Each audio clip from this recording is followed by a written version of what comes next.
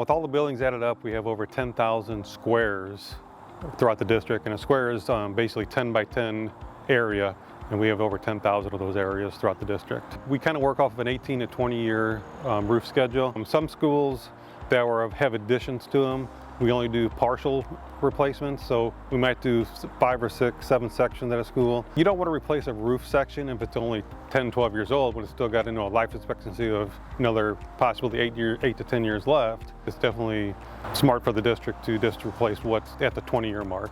Now, some of the newer schools that were built in the early 2000s, they get a total roof replacement.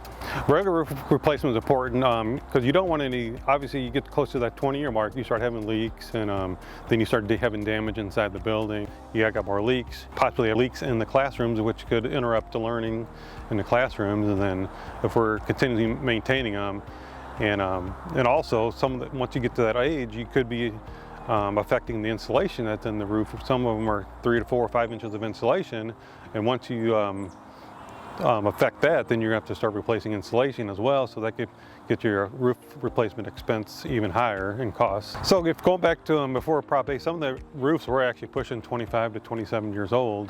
So ever since Prop A was passed, it's really helped with getting our roof schedule and plan back on track.